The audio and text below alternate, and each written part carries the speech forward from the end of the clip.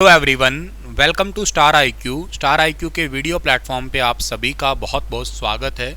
आज है 21 नवंबर और 21 नवंबर 2022 के हरियाणा करंट अफेयर इस वीडियो में हम पढ़ने वाले हैं।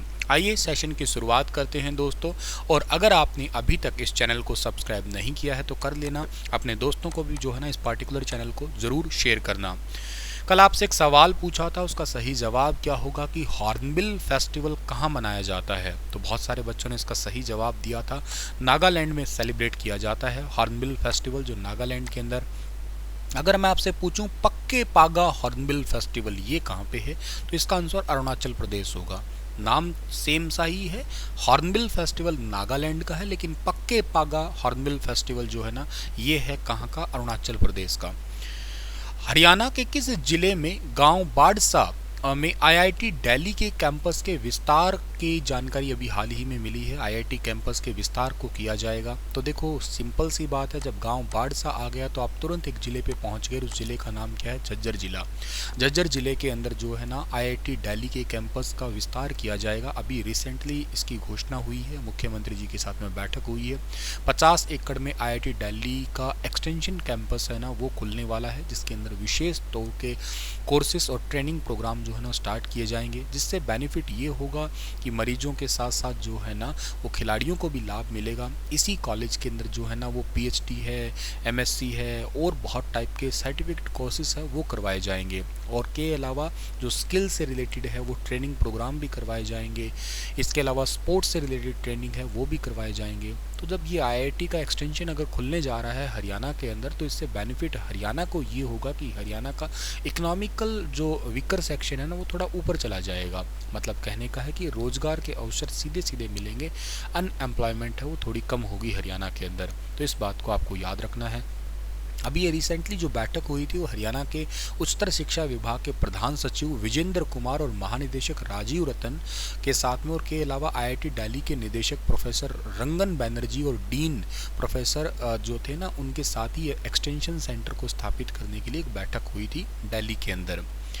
अगला जो सवाल है हमारा कि मुख्यमंत्री ने किस जिले के अंदर बूस्टिंग स्टेशन जल घर का उद्घाटन किया है। हरियाणा के कौन से जिले के अंदर जो है ना बूस्टिंग स्टेशन का उद्घाटन किया है। तो अभी इस हाल ही में बूस्टिंग स्टेशन का उद्घाटन किया है फरीदाबाद के अंदर। ऑप्शन नंबर ए जो है इस सवाल का वो बिल्कुल ठीक रहेगा। 20 नवंबर 2022 को ये एक बूस्टिंग स्टेशन का उद्घाटन किया गया है फरीदाबाद के अंदर।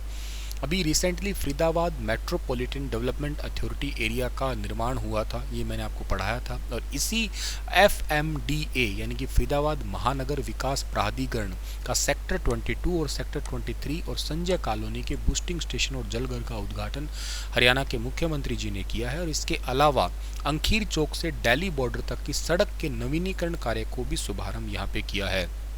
एक बात और बता देता हूँ कि फरीदाबाद को पूर्वी और पश्चिमी भाग से जोड़ने के लिए 300 करोड़ रुपए की लिंक रोड का निर्माण किया जाएगा, ये भी घोषणा की है, जिसमें अंडरपास और फरीदाबाद से नोएडा के बीच में भी जो है ना कनेक्टिविटी के लिए सड़कों का निर्माण किया जाएगा।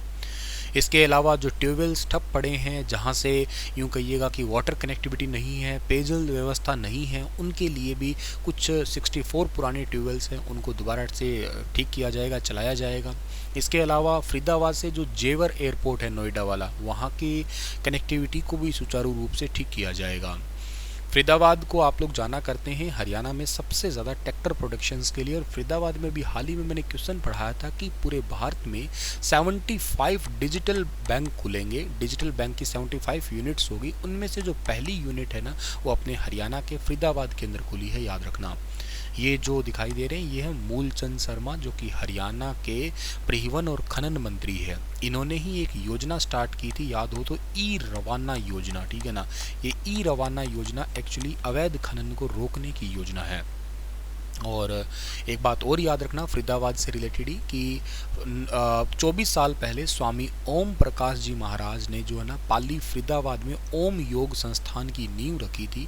उस योग संस्थान के वार्षिक उत्सव के दौरान जो है ना मुख्यमंत्री जी शामिल हुए थे, और वहाँ पे जो है ना ये नए नए जो ढांचे हैं, मैंने सड़कों के बताए आपको, या मैंने बताया जल घर के, बूस्टिंग स्टेशन के, उनकी नींव रखी गई है। तो ये याद रखना। के साथ ये दिल्ली में भी हरियाणा के मुख्यमंत्री जी गए थे, वहाँ पे चुनरी हरियाणा गारमेंट एम्पोरियम और के साथ ही HSIIDC के जो न्यू ऑफिसेस है या उनका जो बुनियादी ढांचा है उनकी व्यवस्थाओं की जांच भी की थी। हाल ही में हरियाणा सरकार ने बासमती चावल के निर्यात के लिए किस देश के साथ समझौता किया है? तो बासमती चावल के निर्यात के लिए समझौता किया है ओमान के साथ। ऑप्शन नंबर ए जो है इस सवाल का ठीक है। ओमान के शाही परिवार के सदस्य सैयद नवाफ बिन बरघाश अल सैयद, इनके नाम थोड़े से लंबे होते हैं, पर ये अभी रिसेंटली सैटरडे के दिन ही जो है ना मुख्यमंत्री जी से मिले थे, और इस दौरान बासमती चावल के निर्यात और हरियाणा के जो स्किल डेवलपमेंट और इसके साथ साथ हरियाणा की जो मैन पावर है उसको कनेक्टिविटी देने के लिए ये समझौता हुआ है। और ये बात आप लोगों को याद रखनी है ओमान से। तो ओमान के बारे में अगर हम बात करें कि ओमान की राजधानी क्या है, तो ओमान की राजधानी याद रखना है मस्कट है। ओमान की करेंसी क्या है? ओमानी रियाल है, ठीक है ना। और ओमान ऑफिशियली जो है ना एक अरबी प्रायद्वीप के दक्षिण पूर्व में स्थित एक मुस्लिम देश आता है आप लोगों का, ठीक है ना।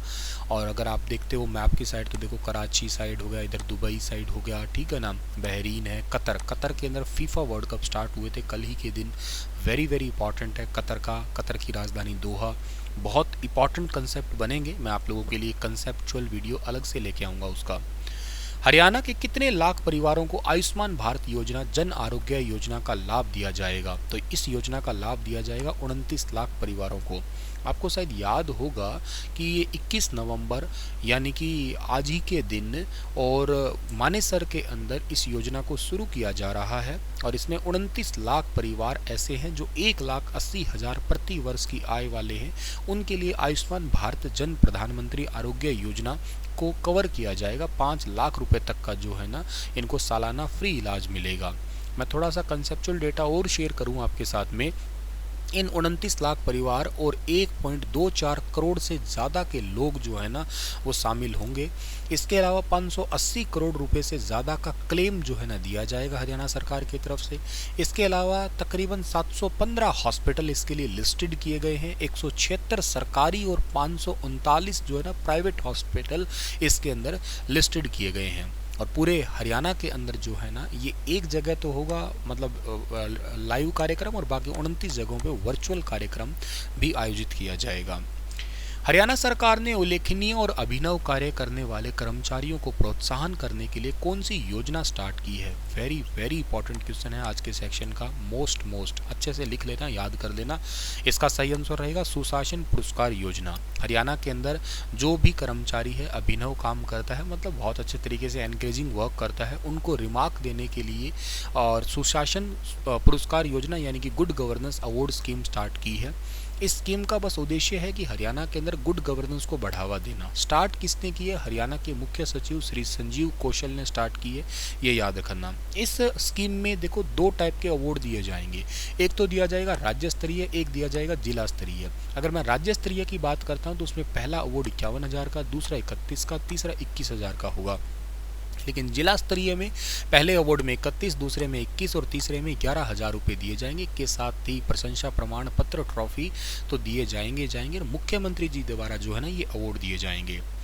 हरियाणा के किन जिलों में 5G नेटवर्क की शुरुआत हो गई है? आप सभी का एक बहुत इंपॉर्टेंट सा कंसेप्चुअल क्वेश्चन बन सकता है, आपके लिए पर्सनली भी इंपॉर्टेंट रहता है और एग्जाम पर्सपेक्टिव तो मोस्ट इंपॉर्टेंट क्वेश्चन है ये। हरियाणा में पहली बार 5G इंटरनेट की शुरुआत फरीदाबाद और गुरुग्राम डिस्ट्रिक्ट में अभी करंट में स्टार्ट हो चुकी है। सबसे पहले गुरुग्राम में हुई थी, ये मैंने पहले भी पढ़ा दिया था। एक्चुअली जियो ने स्टार्ट की है, वैसे सबसे पहले तो एयरटेल ने स्टार्ट की थी, लेकिन अब जियो ने भी अपना 5G लॉन्च कर दिया है यहाँ पे हरियाणा के यूजर्स के लिए। और ये बात आपको मैं बता देता हूँ कि सबसे पहले कहाँ स्टार्ट हुई थी वो तो चलो मैं बताऊँ, पर जियो ने ट्रू 5G के नाम से इसे स्टार्ट किया है। एयरटेल ने तो पानीपत में भी स्टार्ट कर दिया, गुरुग्राम जिले में तो स्टार्ट किया था, और पानीपत के अंदर भी स्टार्ट कर दिया है एयरटेल ने 5G अनलिमिटेड डेटा को। वेलकम ऑफर दिया जा रहा है, 1 Gbps तक की स्पीड इसमें मिलेगी। अनलिमिटेड 5G डेटा यूज़ करने का मौका इसके अंदर मिलने वाला है, ठीक है ना। तो ये कुछ वेलकम ऑफर है यहाँ पे दिए जा रहे हैं। दिल्ली NCR वालों के लिए तो गर्व की बात है ही है। इसके अलावा मैं आपको बताता हूँ 1 अक्टूबर 2022 को भारत के प्रधानमंत्री जी ने इंडिया मोबाइल कांग्रेस जो हुई थी IMC, इस इंडिया मोबाइल कांग्रेस 2022 के 6वें संस्करण के दौरान जो है ना इसको लॉन्च किया गया था। और न्यू डिजिटल यूनिवर्स थीम के आधार पे 1 अक्टूबर 2022 से 4 अक्टूबर 2022 तक का जो है ना एक प्रगति मैदान में ये सेशन चला था, जिसमें पहले चरण में दिल्ली, अहमदाबाद, बेंगलुरु, चेन्नई, गांधीनगर, गुरुग्राम, हैदराबाद, जामनगर, चंडीगढ़, कोलकाता, लखनऊ, मुंबई, पुणे, इन 13 शहरों को 5G सेवा जो है ना वो दे दी गई थी। 5G का बाजार बहुत बढ़ जाएगा, 2035 तक 450 बिलियन अमेरिकी डॉलर तक पहुंच जाएगा।